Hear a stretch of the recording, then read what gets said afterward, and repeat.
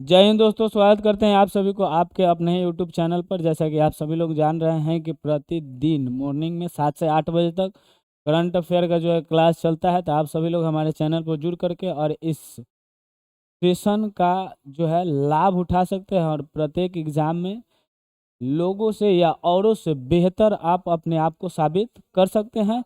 तो यदि अपने आप को बेहतर साबित करना चाहते हैं तो इस सेशन से जुड़ करके अपने आप को बेहतर बना सकते हैं मेरे साथ। समझे कि नहीं समझे? और प्रतिदिन की जो भी घटनाएं होती हैं जो एग्जाम में पूछा जाता है उन प्रकार की घटनाओं को इस सीरीज में करवाया जाता है। तो आज का जो सीरीज है यहाँ पे आप लोगों को सेशन दिखाई दे रहा होगा कि ये डेली करंट अफेयर का क्लास है, डेली चलता है। और ये जो है 23 से 25 जनवरी का क्लास है। और यहाँ पे जो जो थोड़ा बहुत मैटर है वो दिए हुए है कि जो जो मैटर है और इसके अंदर के मैटर को हम लोग अभी तुरंत देखेंगे। सबसे पहले मैं डेली के डेली एक प्रीवियस क्लास का जो है मैं क्या करता हूँ, एक क्वेश्चन डालता हूँ जिसका आंसर कमेंट बॉक्स में लिखना होता है। तो सबसे पहले उसी को हम लोग देख लेते हैं। समझे कि नहीं समझे? यहाँ पे आप लोगों को प्रीवियस क्लास में यहाँ पे दिखाई दिया होगा 2026 में 18वां ब्रिक्स शिखर सम्मेलन भारत की मेजबानी में आयोजित किया जाएगा। बताएं कि भारत अब तक कितनी बार इस सम्मेलन की मेजबानी कर चुका है। तो इस देखो, ब्रिक्स ब्रिक्स के मतलब हम बताए थे, बी से ब्राजील, आर से रसिया, और आई से इंडिया, सी से चाइना, एस से साउथ अफ्रीका। तो इनमें इस ब्रिक्स एक संस्था है। तो इसकी जो है इसकी सम्मेलन का कई बार भारत जो है कर चुका है और इस बार 2026 में चौथी बार करने वाला है। इसका सही उत्तर हो जाएगा 3 बार। चौथी बार पीछे 3 बार किया होगा, तभी तो इस बार कौनी बार कर रहा है, चौथी बार कर रहा है। समझ में आया कि नहीं? ये है पिछले प्रीवियस क्लास का क्या क्वेश्चन। आज का यह है, यहाँ पे ध्यान पूर्वक देखिएगा। ये महत्वपूर्ण महत्वपूर्ण प्रश्नों का यहाँ पे संग्रह है। समझे कि नहीं समझे? और इसको पढ़ करके आप सभी लोग हाँ, नितिन नवीन, जिन्हें जनवरी 2026 में भाजपा का 12वां राष्ट्रीय अध्यक्ष बनाया गया, किस राज्य के पहले व्यक्ति हैं जिन्हें यह पद जिन्होंने यह पद संभाला है? ध्यान पूर्वक यहाँ से देखिए, यह किस राज्य के पहले व्यक्ति हैं, यही ना क्वेश्चन पूछ रहा है, जिन्होंने यह पद संभाला है। इसका सही उत्तर जो हो जाएगा बिहार हो जाएगा। और यह बिहार बांकीपुर से विधानसभा से क्या है, विधायक हैं। समझ में आया कि नहीं? लगभग लगभग 5 बार विधानसभा का ये सदस्य रह चुके हैं। इस बार भी जो है 2025 विधानसभा चुनाव में इन्होंने जीत हासिल किया है और विधानसभा में ये गए हैं। तो ये नितिन नवीन है जो हमारे बिहार के ही रहने वाले हैं, जिन्हें 12वां भाजपा का राष्ट्रीय अध्यक्ष बनाया गया है और ये बीजेपी से ही चुनाव लड़ते हैं। देखिए आगे यहाँ पे दिया हुआ है कि नितिन नवीन हाल ही में जनवरी 2026 में भारतीय जनता पार्टी में अर्थात बीजेपी के 12वें राष्ट्रीय अध्यक्ष के रूप में कार्यभार संभाला है। मतलब 12वां राष्ट्रीय अध्यक्ष इन्होंने बना है राष्ट्रीय स्तर पर, जिस जो पार्टी का अध्यक्ष होता है। और हालांकि उनकी नियुक्ति जो है 14 दिसंबर 2025 को कार्यकारी अध्यक्ष के रूप में हो चुका था। ये जो है इनकी नियुक्ति जो है 14 दिसंबर 2025 को ही कार्यकारी अध्यक्ष के रूप में हो चुका था। वे भाजपा के 12वें अध्यक्ष के रूप में जेपी नड्डा का स्थान लिया है। इससे पहले इन राष्ट्रीय अध्यक्ष कौन थे? जेपी नड्डा। कौन थे? जेपी नड्डा। अभी किन्हें नियुक्त किया गया है? तो नितिन नवीन को नियुक्त किया गया है, जो बिहार के रहने वाले हैं। वे भाजपा के अब तक के सबसे युवा राष्ट्रीय अध्यक्ष है। यह भी याद रखना है कि वे जो है भाजपा के अब तक के सबसे युवा राष्ट्रीय अध्यक्ष हैं, जो यहाँ पे दिखाई दे रहे होंगे। यही है नितिन नवीन। इन्होंने बिहार के किसी व्यक्ति इससे पहले बिहार के किसी व्यक्ति ने यह पद आधिकारिक रूप से संभाला नहीं था। नितिन नवीन पहले नेता है। इससे पहले बीजेपी का कोई भी जो है राष्ट्रीय अध्यक्ष नहीं बने थे। कहाँ से? तो बिहार से। नीति नवीन जो है पटना के बांकीपुर विधानसभा से ये 5 बार विधायक रह चुके हैं, अर्थात 25 साल इनका कार्यकाल। ये 5वीं बार इस बार जीते हैं। 2006 में इन्होंने पहली बार उपचुनाव में जीत हासिल की थी, और ये 2006 में पहली बार जो है उपचुनाव में जीत हासिल किया था, और तब से अभी तक बने हुए हैं। 2010 के चुनाव में भी जीते, 15 के विधानसभा चुनाव, 20 के, और ये 25 में विधानसभा चुनाव हुआ है, उस चुनाव में भी इन्होंने क्या किया है, जीत दर्ज किया है। समझ में आया कि नहीं। अब इसमें एक थोड़ा सा कभी कभी क्वेश्चन पूछ लेता है, इसलिए यह प्रश्न को देखना क्या है, बहुत ज़्यादा जरूरी है कि भाई ये जो भारतीय जनता पार्टी है, इसका स्थापना कब हुआ था, तो 6 अप्रैल 1980 को, और इसके संस्थापक सदस्य में थे अटल बिहारी वाजपेयी और मोहन भागवत, थे कि नहीं थे। और अटल बिहारी वाजपेयी को इस पार्टी का पहला राष्ट्रीय अध्यक्ष बनाया गया था। तो यहाँ से यह महत्वपूर्णता रखता है कि बीजेपी का जो है अभी बिहार से राष्ट्रीय अध्यक्ष नितिन नवीन को नियुक्त किया गया है। तो यह भी प्रश्न पूछ सकता है कि बीजेपी का पहला राष्ट्रीय अध्यक्ष किन्हें नियुक्त किया गया था, तो अटल बिहारी वाजपेयी को, और इसका स्थापना कब किया गया था, तो 6 अप्रैल 1980 को। इतना बात ध्यान में रखेगा क्योंकि पार्टी के संस्थापक और स्थापना दोनों पूछता है, समझे कि नहीं समझे। और अभी जो है दो पार्टी है हमारे केंद्र में सबसे अधिक प्रचलन में है, एक भारतीय जनता पार्टी और दूसरी भारतीय राष्ट्रीय कांग्रेस, और दोनों से प्रश्न पूछता है, समझे कि नहीं समझे। इसका स्थापना 6 अप्रैल 1980 को हुआ था, जिसका प्रथम अध्यक्ष अटल बिहारी वाजपेयी थे, जबकि कांग्रेस का स्थापना जो है 28 दिसंबर 1885 को हुआ था। प्रथम अध्यक्ष कौन थे, व्योमेश चंद्र बनर्जी। कौन थे, व्योमेश चंद्र बनर्जी। कोई दिक्कत, तो व्योमेश चंद्र बनर्जी थे इसका प्रथम अध्यक्ष। स्थापना 28 दिसंबर कब, 1885 को हुआ था। और इसका 6 अप्रैल 1980 को उसका प्रथम अध्यक्ष कौन थे, अटल बिहारी वाजपेयी। और इसका जो है चुनाव चिन्ह अपना जो है, इनका कमल छाप है और इसका पंजा है। तो ये बात भी आप लोग ध्यान में रखिएगा। इस बार जो विधानसभा चुनाव हुआ बिहार में, उसमें बीजेपी ने लगभग लगभग कितना, कुल 89 मतलब 89 सीटों पर जीत दर्ज किया है, और 85 सीट जेडीयू, 25 आरजेडी, और एलजेपी रामविलास की जो पार्टी थी, एलजेपी रामविलास, जो अभी उसके राष्ट्रीय अध्यक्ष के रूप में कार्य कर रहे हैं, या उस पार्टी के अध्यक्ष के रूप में कार्य कर रहे हैं, चिराग पासवान जी, तो उनका 19 सीट हासिल हुआ। आईएनसी कांग्रेस का 6, एआईएमआईएम का 5, हम्स का 5, और अदर जो सीट आया है वो 9 गो है। समझ में आया कि नहीं, कोई दिक्कत नहीं ना। अब देखिए यहाँ, ये भी यहाँ से भी प्रश्न बना सकता है। अब इस बार थोड़ा सा ये जो विधानसभा चुनाव हुआ है, तब बिहार में विधानसभा चुनाव कौन चुनाव है, तो ये 18वीं बिहार विधानसभा चुनाव 2025 जो है 2 चरण में हुआ।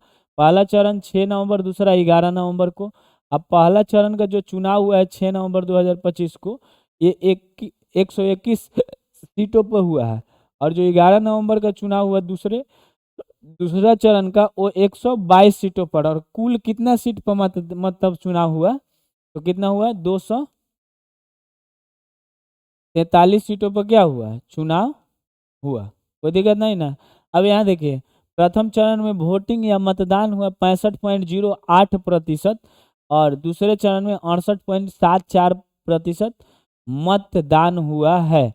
और यह जो है रिकॉर्ड तोड़ मतदान किया गया है इस बार बिहार विधानसभा 18वीं बिहार विधानसभा चुनाव में। समझ में आया कि नहीं आया। और इसका बात अब लोग ध्यान रखिएगा कि कुल औसत मतदान कितना हुआ है, तो औसत मतदान हुआ है 66.91%। और यह मतदान दर्ज किया गया कि जो राज्य के इतिहास में अब तक का सबसे अधिक मतदान किया गया था। इससे पहले इतना अधिक मतदान कभी भी बिहार विधानसभा चुनाव में नहीं हुआ, या बिहार के किसी भी चुनाव में नहीं हुआ था। इससे पहले कुल 243 सीटों पर 2020 में बिहार विधानसभा का चुनाव हुआ था, जो 17वां लोकसभा चुनाव था, और विधानसभा चुनाव था। उसमें 57.29 या 57.29 फीसदी मतदान रहा। 2020 की तुलना में इस बार जो है 9%, 9.6% की बढ़ोतरी दर्ज की गई है। इतना बात ध्यान रखिएगा, मतलब पिछला बार इतना हुआ था और इस बार इतना हुआ है, दोनों में अंतर निकाल करके देखिएगा तो लगभग लगभग 9% का अंतर आपको देखने को मिलेगा, 9.6%। साथ ही चुनाव आयोग के अनुसार बिहार विधानसभा चुनाव 2025 में पुरुषों की तुलना में महिलाओं ने ज़्यादा वोटिंग की है। ये भी याद रखिएगा कि बिहार विधानसभा चुनाव में इस बार महिलाओं ने बढ़ चढ़ करके हिस्सा लिया है। समझ में आया कि नहीं? अब वो चाहे जो भी कहा जाए, 10,000 का इफेक्ट प्रभाव या जो भी सरकार की जो भी नीति रही हो, लेकिन महिलाओं ने इस बार मतदान बढ़ चढ़ करके किया है बिहार में। और ये हमारे राजनीति के लिए बहुत अच्छा भी साबित होगा। और यहाँ देखिए, बहुमत के लिए कुल सीट 122 चाहिए, ये भी हम बता दिए थे। बहुमत के लिए कुल सीटों की संख्या कितनी होनी चाहिए? तो 122 होनी चाहिए। वैसे देखिए, 200 कितना है? 43 है। एक तरफ 121 होगा, एक तरफ 122, तो हमको 50% +1 सीट होना चाहिए बहुमत में आने के लिए, मतलब सरकार में आने के लिए। और इसका 50% जो होगा वो होता है 121, और +1 तो 122। अब यहाँ देखिए, कुल मतदाता बिहार में कितने इस बार निकल करके आए हैं आंकड़ा? तो कुल मतदाता जो है 7.43 करोड़, मतलब 7.43 करोड़ बिहार में जो है पंजीकृत मतदाताओं की क्या है? संख्या है। जिसमें से है 3.92 करोड़ पुरुष और 3.5 करोड़ महिला है, मतलब 3.92 करोड़ पुरुष और 3.5 महिला है। और कुल मिलाकर कितना है? तो 7.42 करोड़ मतदाताओं की क्या है? संख्या है बिहार में। इतना बात आप लोग ध्यान में रखिएगा। ये रिवीजन हम इसलिए करवा दिए हैं ताकि आप सभी को किसी भी प्रकार से कोई भी प्रश्न पूछे उससे छूट नहीं पाए। अब यहाँ पे थोड़ा सा और आंकड़ा देख लीजिए, क्योंकि ये क्वेश्चन पूछेगा कि भारतीय जनता पार्टी ने कितने सीटों पर चुनाव लड़ी थी? तो 101, जीती कितने? तो 89। जनता दल यूनाइटेड मतलब जेडीयू कितने सीटों पर चुनाव लड़ी थी? 101, और जीती कितनी थी? 85। लोक जनशक्ति पार्टी रामविलास ये 29 सीट पर चुनाव लड़ी थी, और यह पार्टी का कितना सीट आया था? तो 19। हिंदुस्तान आवाम मोर्चा मतलब जिसको सेकुलर कहते हैं, वो 6 सीट पर चुनाव लड़ी और 5 जीत दर्ज किया। राष्ट्रीय लोक मोर्चा 4 सीट, और भारतीय जनता दल 141 सीटों पर चुनाव लड़के कितना जीत दर्ज किया है? 25। कांग्रेस ने 61 सीटों पर चुनाव लड़के 6 सीट हासिल किया है। सीपीआई लिबरेशन जो 20 सीटों पर चुनाव लड़के क्या को जीता है? 2। AIMIM 25 सीटों पर चुनाव लड़ करके कितना सीट जीता है? तो 5। और इंडियन इंक्लूसिव पार्टी एक एक सीट पर चुनाव लड़ा, एक जीता था। मकपा जो 1 सीट पर चुनाव लड़ा है। बहुजन समाज पार्टी 1 सीट पर चुनाव जीता है। इतना बात ध्यान रखिएगा। और इसमें से सबसे महत्वपूर्ण चीज़ है कि वोटों का यदि प्रतिशत देखा जाए तो सबसे ज़्यादा जो वोट का प्रतिशत है वो आरजेडी का है। देख लीजिए यहाँ ध्यान से। अब ऐसा बात नहीं है कि वोटों का प्रतिशत इनका जाता है तो यही जीत दर्ज किया है, लेकिन यदि वोट प्रतिशत देखा जाए तो 23% वोट या सबसे अधिक मतदान किस पार्टी को किया गया? तो आरजेडी को किया गया। ऐसा नहीं है कि अधिक प्रतिशत वोट होने पर चुनाव जीत जाएंगे, क्योंकि यह चुनाव भी लड़ी थी कितने सीटों पर? 141 सीटों पर, इसलिए इनको अधिक प्रतिशत क्या मिले हैं? वोट मिले हैं। समझे कि नहीं समझे? अधिक सीटों पर चुनाव लड़ने के कारण वहां से सभी कैंडिडेट इनके तो लड़े होंगे और वहां पे वोट मिला होगा। वो भले ही हार गए, वो भी वोट उसमें तो गिनती हुआ ना कि इनको कितना प्रतिशत, कुल बिहार का कितना प्रतिशत वोट मिला? 23%। समझ में आया कि नहीं? इतना बात आप लोग ध्यान में रखिएगा तो कोई दिक्कत नहीं होने वाला है। अब यहाँ पे देखिए, 20 नवंबर 2025 को गांधी मैदान में ये क्वेश्चन पूछ सकता है कि कितने तारीख को शपथ लिया गया? तो 20 नवंबर 2025 को गांधी मैदान में आयोजित शपथ ग्रहण समारोह में नीतीश कुमार ने बिहार की 10वीं बार मुख्यमंत्री पद की क्या लिया है? शपथ। तो मुख्यमंत्री पद की शपथ कौवीं बार लिए हैं नीतीश कुमार जी? तो 10वीं बार लिए हैं।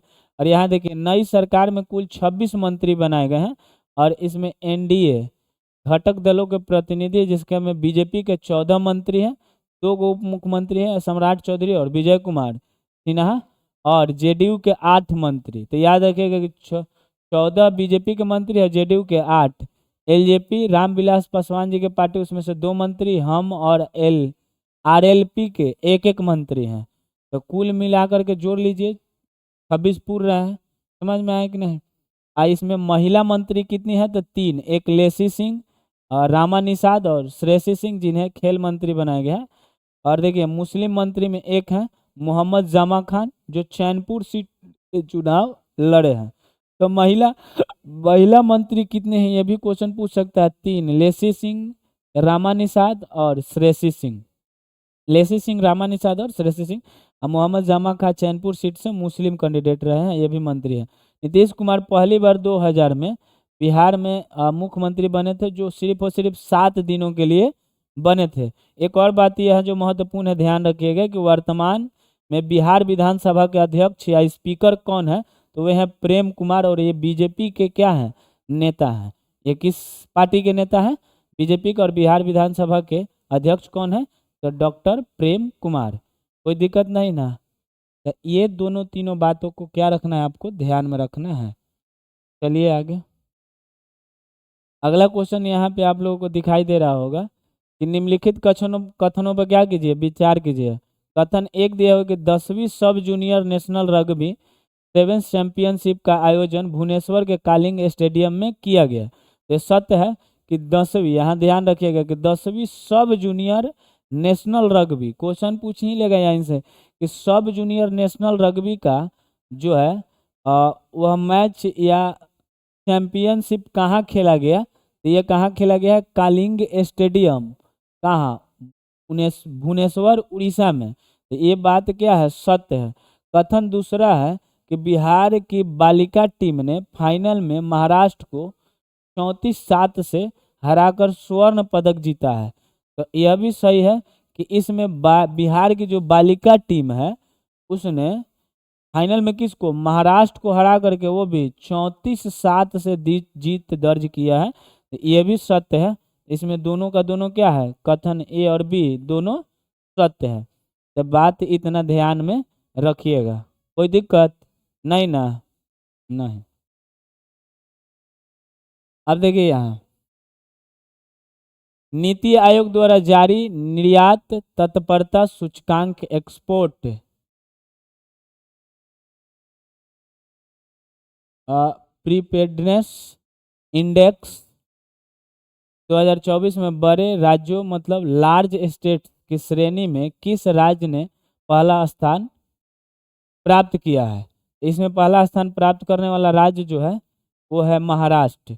निर्यात तत्परता सूचकांक समझ में आ रहा है? निर्यात मतलब निर्यात करने में जो तत्पर राज्य है भारत का, उस सूचकांक में प्रथम स्थान पे भारत में कौन है?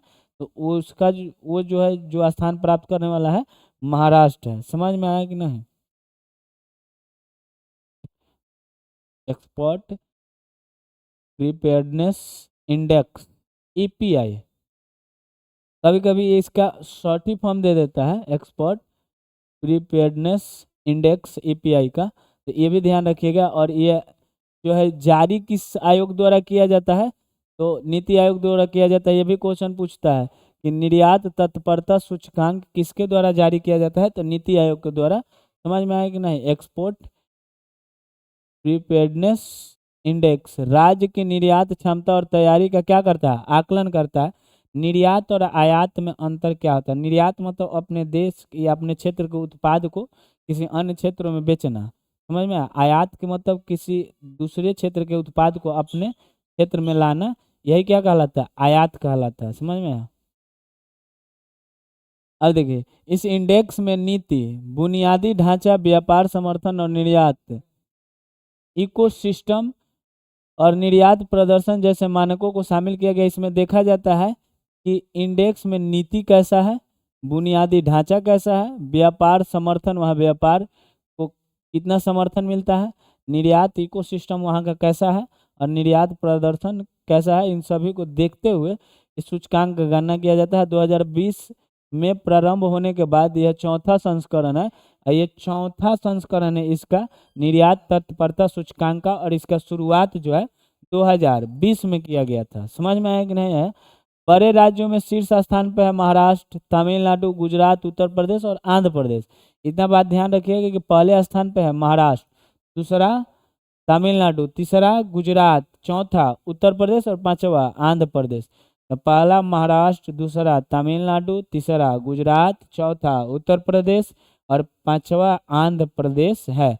फिर से एक बार बोल लीजिए, पहला महाराष्ट्र, दूसरा तमिलनाडु, तीसरा गुजरात, चौथा उत्तर प्रदेश और पांचवा जो है आंध्र प्रदेश है।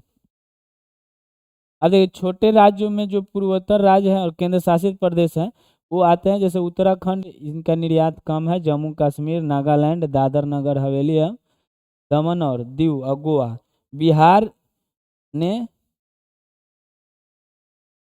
समग्र समस्त रूप से यदि देखिएगा या समग्र रूप से ये कुल मतलब कुल राज्यों को मिला दिया जाए और केंद्र शासित प्रदेशों को, उसमें इन्होंने बिहार ने कितने कौवां स्थान हासिल किया है, तो 16वां स्थान हासिल किया है इस सूचकांक में और 3 पायदान ऊपर गया है। कोई दिक्कत? रिपोर्ट के अनुसार जो है, रिपोर्ट के अनुसार यहाँ देख लीजिएगा, पेट्रोलियम उत्पाद में बेगूसराय है अभी अग्रणी भारत सॉरी बिहार में। मतलब क्वेश्चन पूछेगा कि बिहार में पेट्रोलियम उत्पाद में अग्रणी जिला कौन सा है, तो बेगूसराय। मांस उत्पादन में अररिया सबसे आगे है। मक्का और मक्का में भी यही है, मक्का में भागलपुर, भागलपुर का रेशम सबसे अधिक है। मधुबनी पेंटिंग और जर्दालू आम निर्यात में आगे है। तो ये बिहार का क्या है, पेट्रोलियम, बेगूसराय, मांस, अररिया, बिहार के मक्का भी जो रोहतास में सबसे अधिक है, पश्चिमी चंपारण में होता है, भागलपुर का रेशम, मधुबनी पेंटिंग और जर्दालू आम, यहाँ से अधिक क्या किया जाता है, निर्यात किया जाता है और इन जगहों के लिए फेमस है। समझ में आया कि नहीं। अब यहाँ देखिए एक बात दिया हुआ है, जो जीडीपी का बात यहाँ करता है और वो भी कौन, विश्व बैंक। तो विश्व बैंक के आंकड़े के मुताबिक वर्ष 2024 में निर्यात ने भारत की जीडीपी 21 पॉइंट, निर्यात में जो भारत की जीडीपी है, भारत के जीडीपी का जो निर्यात है 21.2% का योगदान दिया है, जो दर्शाता है कि व्यापार देश के आर्थिक विस्तार में किस प्रकार सहायक हो रही है। मतलब भारत की जो जीडीपी है उसमें हमारे देश का जो है व्यापार जो है कितना मदद किया, तो 21.2%। भारत का सेवा क्षेत्र इस उपलब्धि में प्रमुख भूमिका निभा रहे हैं, मतलब सेवा क्षेत्र सबसे अग्रणी है और भारत के सेवा क्षेत्रों में आईटी सेक्टर, बैंकिंग, बीमा, स्वास्थ्य, शिक्षा, पर्यटन, परिवहन जैसी सेवाएं जो है ये हमारे देश के निर्यात व्यवस्था में अग्रणी है। 2025 में शीर्ष अर्थव्यवस्था वाला जो राज्य है या जो देश है जिसका नाम है अमेरिका, दूसरा चाइना, तीसरा जर्मनी और पांचवा चौथा भारत। पहला जो है अमेरिका, दूसरा चीन और तीसरा जर्मनी और चौथा भारत।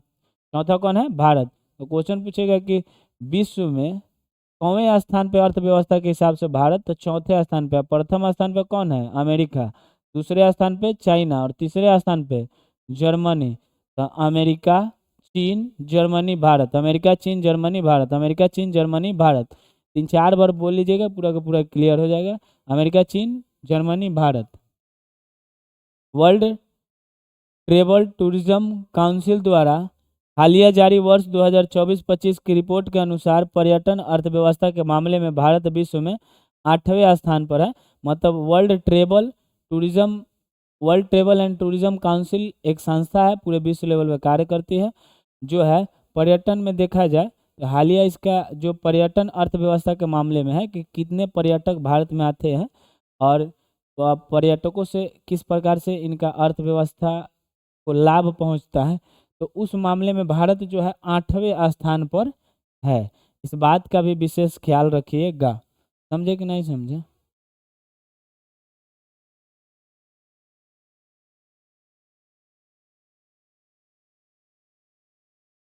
अब आ जाइए यहाँ पे।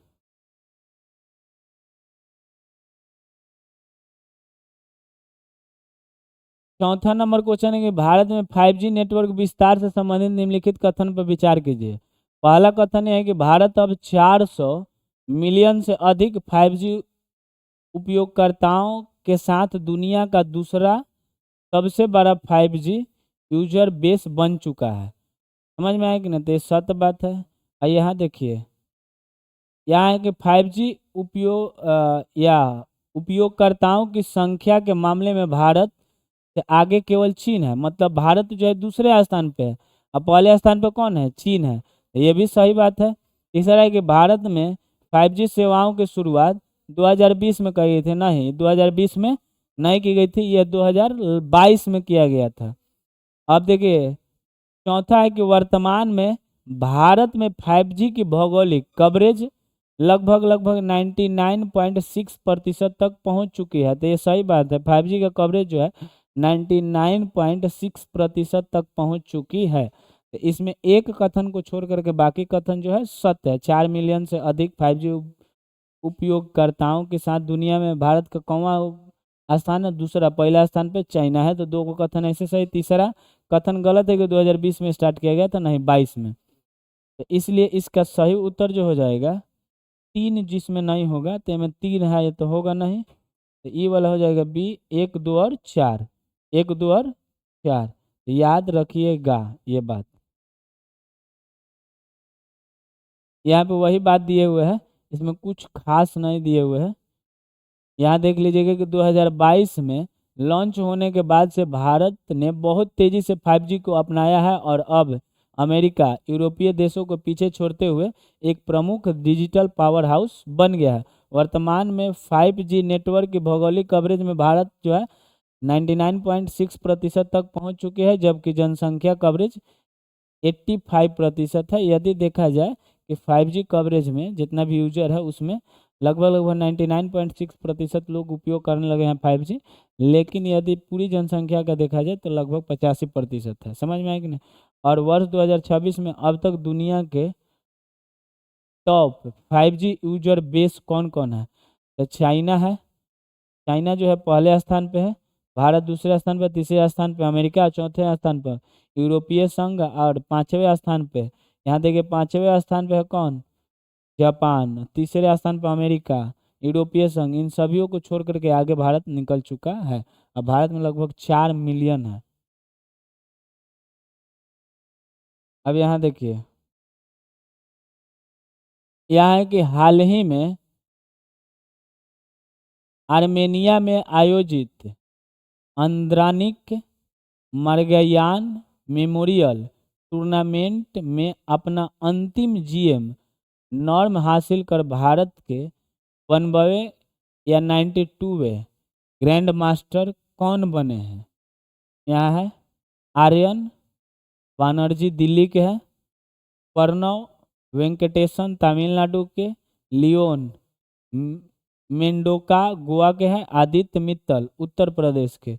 इसका सही उत्तर जो हो जाएगा आर्यन बानर्जी दिल्ली के। कहाँ के हैं? आर्यन बानर्जी दिल्ली के हैं। इस वैसे बनर्जी होना चाहिए था, आर्यन बनर्जी। तो ये जो है, ये अभी जीत जो हासिल किया है, ये यहाँ से क्वेश्चन जानते हैं कैसे पूछता है? डायरेक्ट पूछेगा कि 92वें ग्रैंड मास्टर जो भारत के बने हैं उनका नाम क्या है? तो आर्यन, हाँ देखो यहाँ बोले हैं ना, यहाँ मिस टाइपिंग है। वर्ष वर्षने, उस इनका नाम क्या है? वर्षने, आर्यन वर्षने, जो दिल्ली के रहने वाले हैं। 92वें ग्रैंड मास्टर बने हैं। और 91वें ग्रैंड मास्टर भी बने थे BS राहुल VS, जो तमिलनाडु के रहने वाले थे 91वें।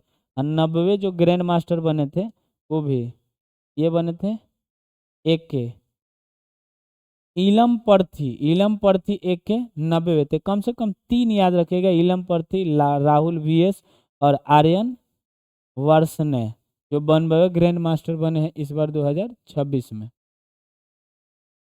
कुछ इससे संबंधित तथ्य जो दिए हुए है कि मरियम फातिमा हाल ही में बिहार की पहली महिला फीड मास्टर बनी है। ये बात ध्यान रखिएगा कि पूछेगा कि बिहार की पहली महिला फीड मास्टर कौन बनी है, तो उनका नाम है मरियम फातिमा।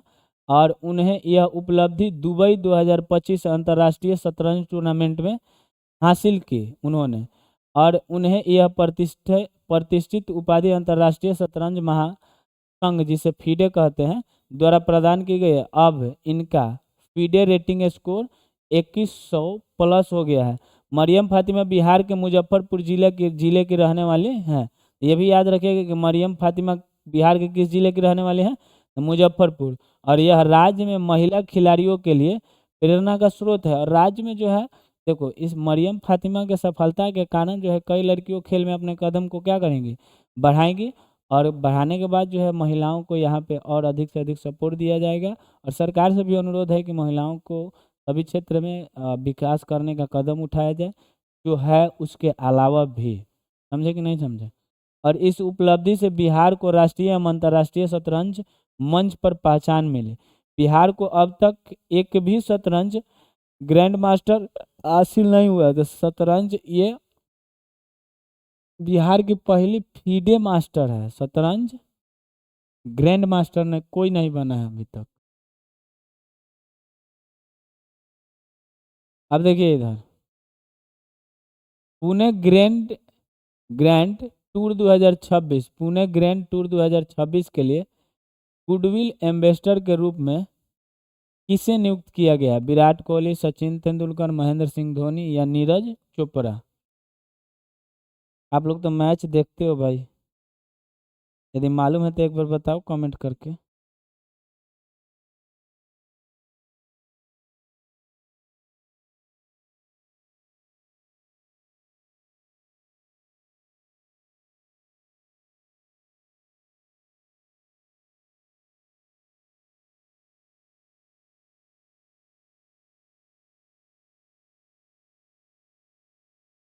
तो ये जो है गुडविल एम्बेसडर नियुक्त किया गया है पुणे ग्रांड टूर के लिए या ग्रैंड टूर के लिए, तो वो महेंद्र सिंह धोनी को किया गया है। समझे कि नहीं समझे।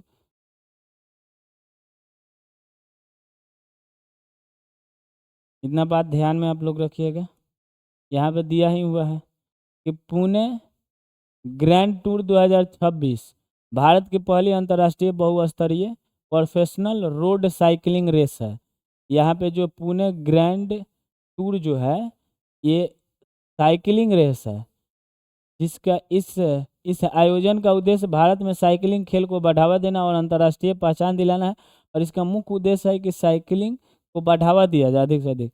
महेंद्र सिंह धोनी को उनकी लोकप्रियता, खेल भावना और युवाओं पर प्रभाव के कारण गुडविल एम्बेसडर नियुक्त किया गया है। किसका? पुणे ग्रैंड टूर का। और यह प्रतियोगिता जो है कब से कब तक, तो 19 से 23 जनवरी 2026 के बीच पुणे महाराष्ट्र में आयोजित किया गया है। यह भी ध्यान रखिएगा कि 19 से 23 जनवरी 2026 तक आयोजित किया गया। पुरुष की यह 5 दिवसीय कॉन्टिनेंटल रोड साइकिलिंग रेस है और दक्कन पठार सह्याद्री रेंज पश्चिमी घाट में 437 किलोमीटर के रास्ते से गुजरेगी। और ये जो है दक्कन के पठार जो है वो सह्याद्री रेंज, वहाँ पे जो इसको हम लोग पश्चिमी घाट भी कहते हैं, वहाँ से 437 किलोमीटर के रास्ते से गुजरेगी। दक्कन पठार जो दक्षिण भारत के एक विशाल पठारीय क्षेत्र है। और सह्याद्री रेंज पश्चिम घाट दक्कन पठार की पश्चिमी पर्वत मतलब माला है। यहाँ पे एक बार ध्यान से देख लीजिए, ये भारत है तो ये है दक्कन के पठार, ये सह्याद्री यही वाला है। समझ में आया कि नहीं। इस वाले क्षेत्र में क्या होगा, ये रेंज है एक जो गुजरात वाले क्षेत्र में पड़ता है। कोई दिक्कत? गुजरात महाराष्ट्र। अब आ जाइए, यहाँ पे दिया हुआ है कि राता पानी टाइगर रिजर्व, जिसका नाम बदल करके डॉक्टर विष्णु श्रीधर वा वाकनर वाकनकर वाकनकर टाइगर रिजर्व करने की घोषणा की गई है। किस राज्य में स्थित है? क्वेश्चन पूछ रहा है कि ये जो है राता पानी टाइगर रिजर्व का नाम बदल करके किया क्या गया है। तो विष्णु डॉक्टर विष्णु श्रीधर वाकनकर। लेकिन रातापानी टाइगर रिजर्व है किस राज्य में? यह जो है मध्य प्रदेश में है। कहाँ है? मध्य प्रदेश में है। यहाँ पे दिखाई दे रहा है रातापानी टाइगर रिजर्व। ये आपसे डायरेक्ट क्वेश्चन पूछ सकता है, तो इस बात को आप लोग विशेष ख्याल रखिएगा।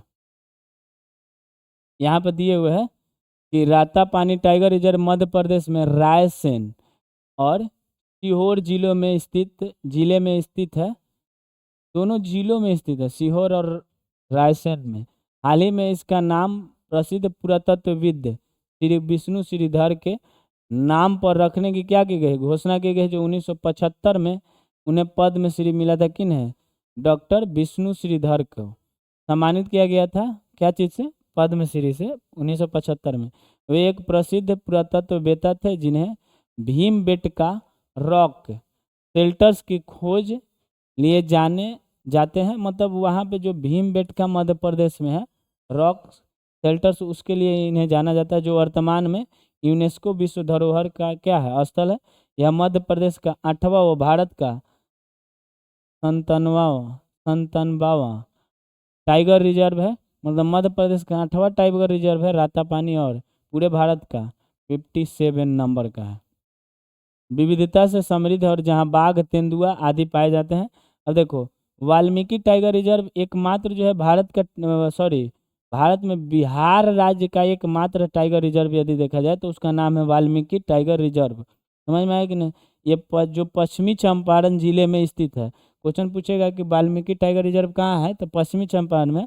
और ये भारत नेपाल सीमा से सटा हुआ है, और वाल्मीकि टाइगर उद्यान का हिस्सा है। बिहार का दूसरा टाइगर रिजर्व कैमूर के क्षेत्र में अभी प्रस्तावित हुआ है, जिसे हाल ही में राज्य सरकार ने सैद्धांतिक मंजूरी दी है। और दूसरा टाइगर रिजर्व जो है कहाँ बनाया जा रहा है? कैमूर में बनाया जा रहा है।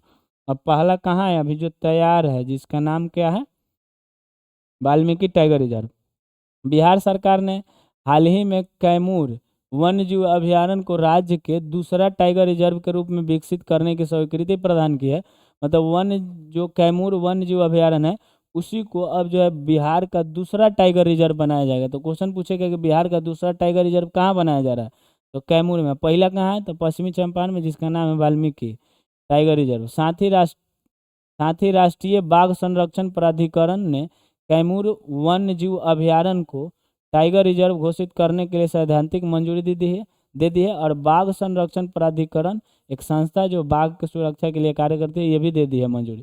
कैमूर और रोहतास जिलों में फैला यह अभयारण्य जो है 1504 वर्ग किलोमीटर में विस्तृत है, जो इसे राज्य का सबसे बड़ा वन्य जीव क्षेत्र बनाता है। और यह राज्य का जो है सबसे बड़ा वन्य जीव क्षेत्र है। कौन? कैमूर। और ये 2 जिलों में फैला हुआ है, कैमूर वन्य जीव अभयारण्य। कहाँ तक? कैमूर और रोहतास में। वाल्मीकि टाइगर रिजर्व जो 1000 किलोमीटर स्क्वायर में बिहार का प्रथम टाइगर रिजर्व है, और यह पश्चिमी चंपारण में है। और इसे यहाँ पे टाइगर सफारी जो शुरू किया गया है 1 नवंबर 2022 को। और वर्तमान में यहाँ पे बाघों की संख्या 54 है। और प्रोजेक्ट टाइगर की शुरुआत कब हुई थी पूरे भारत के लिए? ये भी क्वेश्चन पूछे हुए हैं। तो इसका शुरुआत 1973 में इंदिरा गांधी जब उस समय सरकार में थी तब किया गया था। और जबकि प्रोजेक्ट चीता का शुरुआत किया गया था 1922 में, जब नरेंद्र मोदी आए थे। तो याद रखना, प्रोजेक्ट टाइगर का शुरुआत कब किया गया? तो 1973। और प्रोजेक्ट चीता तो ये मोदी जी के काल में किया गया 2022 में। कोई दिक्कत? हाँ, इससे टाइगर सफारी जो है वाल्मीकि टाइगर रिजर्व को कब घोषित किया गया? तो 1 नवंबर 2022 को। वही यहाँ पे दिए हुए है कि 33 साल के बाद जो है टाइगर की मौजूदगी पाई गई है यहाँ पे। तो ये भी क्वेश्चन पूछ सकता है। कहाँ पे? आ, अच्छा, नेशनल टाइगर कंजर्वेशन अथॉरिटी की ओर से जारी रिपोर्ट के अनुसार गुजरात एक बार फिर से टाइगर टेस्ट बन गया है, सॉरी टाइगर स्टेट बन गया है। अभी जो है ये टाइगर स्टेट वर्तमान समय में जांच पड़ताल के बाद ऐसा पता चला कि गुजरात में जो है अधिक से अधिक बाघों की संख्या भी बढ़ रही है, तो टाइगर स्टेट घोषित किया गया है। यहाँ पिछली बार 1989 की जनगणना में बाघ के पंजों के निशान मिले थे, लेकिन उनकी मौजूदगी नहीं पाई गई थी। और 1992 की बाघ गणना में फोटोग्राफी के हम ठोस प्रमाण के अभाव में गुजरात को इस सूची से क्या कर दिया, बाहर निकाल दिया गया था। लेकिन अब गुजरात देश का पहला ऐसा राज्य बन गया है जहां बिल्ली की 3 प्रजातियां यानी शेर, बाघ और तेंदुआ, ये याद रखिएगा, ये बिल्ली की कितनी प्रजातियां, 3, शेर, बाघ और तेंदुआ पाई गई है। गुजरात की पहचान लायन स्टेट मतलब एशियाई शेरों का राज्य के रूप में है। अभी जो है ये एशियाई शेरों के राज्य के रूप में इसको किया गया, क्योंकि भारत में एशियाई शेर केवल गिर वन क्षेत्र मतलब गुजरात में पाए जाते हैं। अभी क्वेश्चन पूछ लेता है कि गिर वन क्षेत्र कहाँ है, तो गुजरात में। अब भारत में सबसे अधिक बाघों की संख्या जो है मध्य प्रदेश में पाई जाती है, और भारत में जो है सबसे अधिक बाघों की संख्या कहाँ पाई जाती है, मध्य प्रदेश में पाई जाती है। इतना बात यदि आप लोग ध्यान में रखिएगा अभी तो काम चल जाएगा। ये ऊपर नीचे करके वही दिया हुआ है, और सर क्या है इसको ज़्यादा से ज़्यादा ध्यान रखिएगा। प्रोजेक्ट टाइगर जो 1 अप्रैल 1973 को तत्कालीन प्रधानमंत्री इंदिरा गांधी थी, और प्रोजेक्ट चीता 7 सितंबर 1922 को प्रधानमंत्री नरेंद्र मोदी के द्वारा ये शुरू किया गया था। उनके अपने जन्मदिन पे ही शुरू किया गया था। समझे कि नहीं समझे। अब यहाँ पे है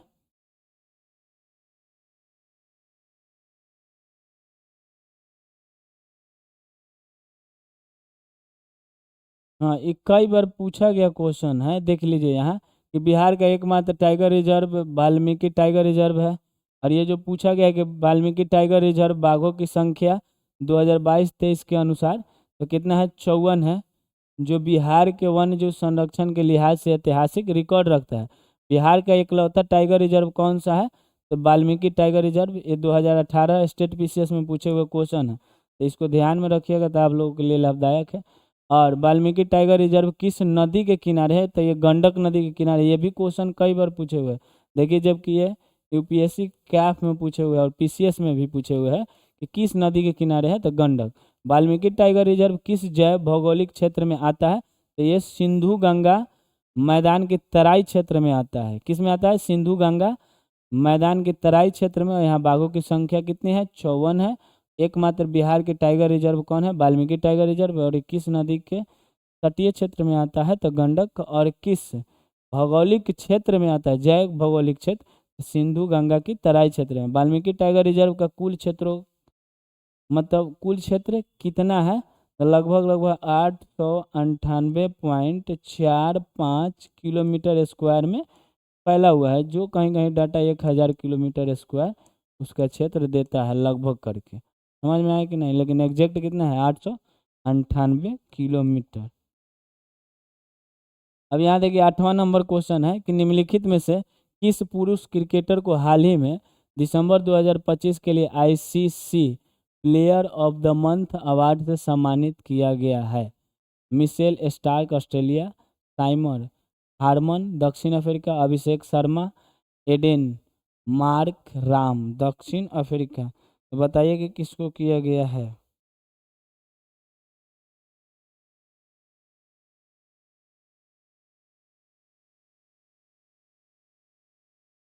तो ये जो अभी किया गया है ध्यान से रख देखिएगा कौन से, हाँ, दिसंबर 2025 के लिए। और किसके लिए, ICC player of the month, तो मिशेल स्टार्क को किया गया है। वैसे हम मिचेल स्टार्क होगा। समझ में आया कि नहीं, इनका नाम मिचेल स्टार्क जो ऑस्ट्रेलिया के हैं। ICC player of the month December 2025 के लिए इनको नियुक्त किया गया है, चुना गया है। समझ में आया कि नहीं। यहाँ पे देख लीजिए, यह पुरस्कार आईसीसी इंटरनेशनल क्रिकेट काउंसिल हर महीने अंतर्राष्ट्रीय क्रिकेट में सर्वश्रेष्ठ प्रदर्शन करने वाले खिलाड़ियों को देता है, मतलब प्रत्येक मंथ में ये दिया जाता है। और पुरस्कार पुरुष और महिला दोनों श्रेणियों में खिलाड़ियों के उत्कृष्ट प्रदर्शन के लिए दिया जाता है। और इसकी शुरुआत आईसीसी द्वारा जनवरी 2021 में किया गया था, जो प्लेयर ऑफ द मंथ दिया जाता है। और प्रश्न के लिहाज से भी बहुत इम्पोर्टेंट है। और ICC player of the month 2025 दिसंबर के लिए मिशेल स्टार्क ऑस्ट्रेलिया के जो पुरुष में है, और लॉरा वोल्वाट दक्षिण अफ्रीका की महिला में है। कौन? लॉरा। और नवंबर 2025 के लिए साइमन हार्मन जो दक्षिण अफ्रीका के हैं, और शेफाली शर्मा जो भारत के हैं। याद रखिएगा, नवंबर 2025 वाले में महिला के लिए पूछ सकता है शेफाली शर्मा, या दक्षिण अफ्रीका के साइमन हार्मन है। अक्टूबर वाला याद रखिए या नहीं, काम चल सकता है। ये सब याद रखना नहीं है, आप लोग पढ़ सकते हैं। लेकिन 9 नंबर क्वेश्चन है कि वर्ष 2026 के लिए air air airline ratings .com द्वारा दुनिया की सबसे सुरक्षित फुल सर्विस एयरलाइन किसे घोषित किया गया है? एमिरेट्स एयरलाइंस, कतर एयरवेज, एतिहाद एयरवेज, सिंगापुर एयरवेज। इसका सही उत्तर जो हो जाएगा, इसका सही उत्तर क्या होगा? एतिहाद एयरवेज। देख लीजिए, एयरलाइन रेटिंग्स .com द्वारा दुनिया की सबसे सुरक्षित और फुल सर्विस एयरलाइन किसे घोषित किया, जो सेवा देने के क्षेत्र में सबसे बढ़िया है, तो वो है एतिहाद एयरवेज। कौन है? एतिहाद एयरवेज। ये बात ध्यान में रखिएगा। समझ में आएगी नहीं? यहाँ पे देखिए, वर्ष 2026 के लिए एतिहाद एयरवेज को विमानन सुरक्षा वेबसाइट, जो विमान के सुरक्षा वेबसाइट जिसका नाम है एयरलाइन रेटिंग्स .com द्वारा दुनिया की सबसे सुरक्षित फुल सर्विस एयरलाइन। यहाँ देख लीजिए, यहाँ पे देखिए सर्विस नहीं होगा, सॉरी यहाँ सर्विस होगा, यहाँ भी service, full service, miss typing है।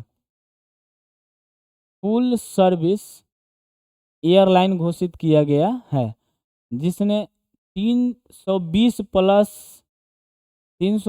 से भी अधिक एयरलाइंस को पीछे छोड़कर यह उपलब्धि हासिल किया। समझ रहे हो, 320 को एयरलाइंस को पीछे छोड़ करके। और इसके साथ ही एतिहाद एयरवेज यह उपलब्धि हासिल करने वाले पहली खाड़ी मतलब गल्फ क्षेत्र की फुल सर्विस एयरलाइन बनी है। और इस साल किसी भी भारतीय एयरलाइन का नाम सूची मतलब टॉप 2025 में नहीं है। और शीर्ष 5 गो है एतिहाद जो गल्फ कंट्री है वहाँ के है, कैथे पैसिफिक को मिला है, क्वांटास को मिला है, कतर को मिला है, और एक और है जिसका नाम है एमिरेट। क्या नाम है? एमिरेट, जो संयुक्त अरब अमीरात का है। 10 नंबर क्वेश्चन है कि राष्ट्रीय जांच एजेंसी के नए वरिष्ठ महानिदेशक के रूप में किन्हें नियुक्त किया गया है? वे 1994 बैच के भारतीय पुलिस सेवा IPS अधिकारी हैं। सदानंद वसंत दाते, राकेश अग्रवाल, शत्रुजीत सिंह कपूर या प्रवीण कुमार। तो इसका सही उत्तर क्या हो जाएगा? शत्रुजीत सिंह कपूर। क्या है? शत्रुजीत सिंह कपूर, जिसको हम लोग बोलते हैं NIA, नेशनल जांच एजेंसी, नेशनल इन्वेस्टिगेशन एजेंसी, जो गवर्नमेंट ऑफ इंडिया की एक एजेंसी है। इसका जो है बनाया गया है क्या? देखिए, 2 दिवसीय सम्मेलन हुआ कहाँ पे? आतंक रोधी सम्मेलन 2025। तो यहाँ से क्वेश्चन पूछ सकता है, राष्ट्रीय जांच एजेंसी द्वारा 26-27 दिसंबर 2025 को ही क्या हुआ था? ये सम्मेलन जिसका नाम था, उस सम्मेलन कहाँ हुआ था? तो दिल्ली में। क्वेश्चन पूछ सकता है कि राष्ट्रीय जांच एजेंसी का सम्मेलन कहाँ हुआ था? 26-27 दिसंबर 2025 को कहाँ? दिल्ली में हुआ था। यहाँ तक याद रखिएगा, नई दिल्ली में हुआ था। आतंक रोधी सम्मेलन 2025 का आयोजन किया गया। 2 दिवसीय सम्मेलन का उद्घाटन केंद्रीय गृह मंत्री कौन किए थे? अमित शाह। तो ये भी क्वेश्चन पूछेगा कि राष्ट्रीय जांच एजेंसी जिसमें एक सम्मेलन किया गया जिसके द्वारा, जिसका नाम था आतंक रोधी सम्मेलन 2025, इसका जो है उद्घाटन किसने किया था? तो अमित शाह, गृह मंत्री। सम्मेलन का उद्देश्य देश में आतंकवाद से निपटने की रणनीतियों और खुफिया समन्वय एवं एजेंसियों के बीच सहयोग को क्या करना? मजबूत करना, वही। और इसमें केंद्र और राज्य के विभिन्न जांच सुरक्षा एजेंसी के वरिष्ठ अधिकारी शामिल हुए थे। और यह सम्मेलन भारत के आंतरिक सुरक्षा नीति एवं आतंकवाद के विरुद्ध जीरो टॉलरेंस दृष्टिकोण को दर्शाता है कि एकदम आतंकवाद को क्या करना है, समाप्त कर देना है। अब यहाँ देखिए 11 नंबर क्वेश्चन है कि हाल ही में भारत तिब्बत सीमा आईटीबीपी के नए महानिदेशक मतलब डीजी के रूप में किससे मतलब किस वरिष्ठ आईपीएस अधिकारी की नियुक्ति की गई है। ये भी प्रश्न आज के लिहाज से बहुत। तो यहाँ राकेश अग्रवाल, सदानंद वसंत दाते, शत्रुजीत सिंह कपूर या प्रवीण कुमार। आईटीबीपी का अध्यक्ष किन्हें नियुक्त किया गया है।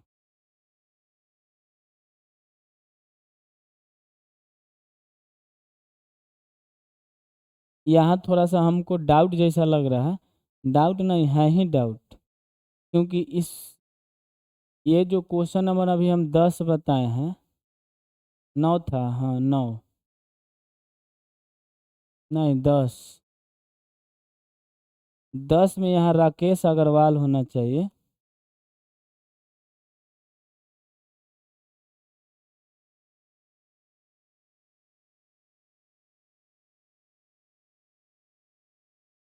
दस में यहाँ पे ये जो है NIA के अभी जो महानिदेशक नियुक्त किए गए हैं वो राकेश अग्रवाल किए गए हैं।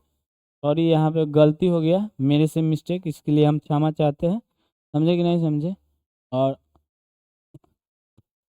इसका जो है भारतीय तिब्बत सीमा पुलिस आईटीबीपी के नए महानिदेशक डीजी के रूप में किन्हें नियुक्त किया गया है, तो वो है शत्रुजीत सिंह कपूर, जिनका नाम क्या है, शत्रुजीत सिंह कपूर। इतना बात पक्का ध्यान में रखिएगा, इनका कौन है, शत्रुजीत सिंह कपूर, जो डीजी नियुक्त किया गया है आईटीबीपी के। समझ में आया कि नहीं है।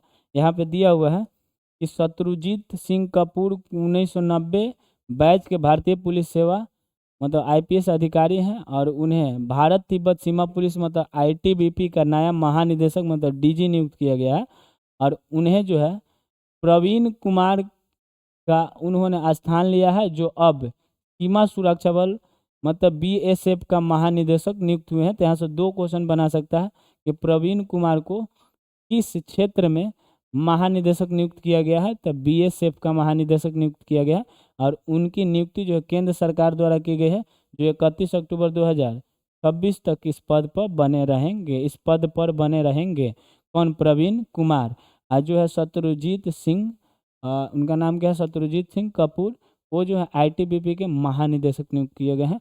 और जो है यहाँ दिए हुए कि भारतीय तिब्बत सीमा पुलिस जो 24 अक्टूबर 1962 को इसका गठन हुआ था, भारत चीन सीमा की सुरक्षा करना इनका क्या है, मुख्य कार्य है।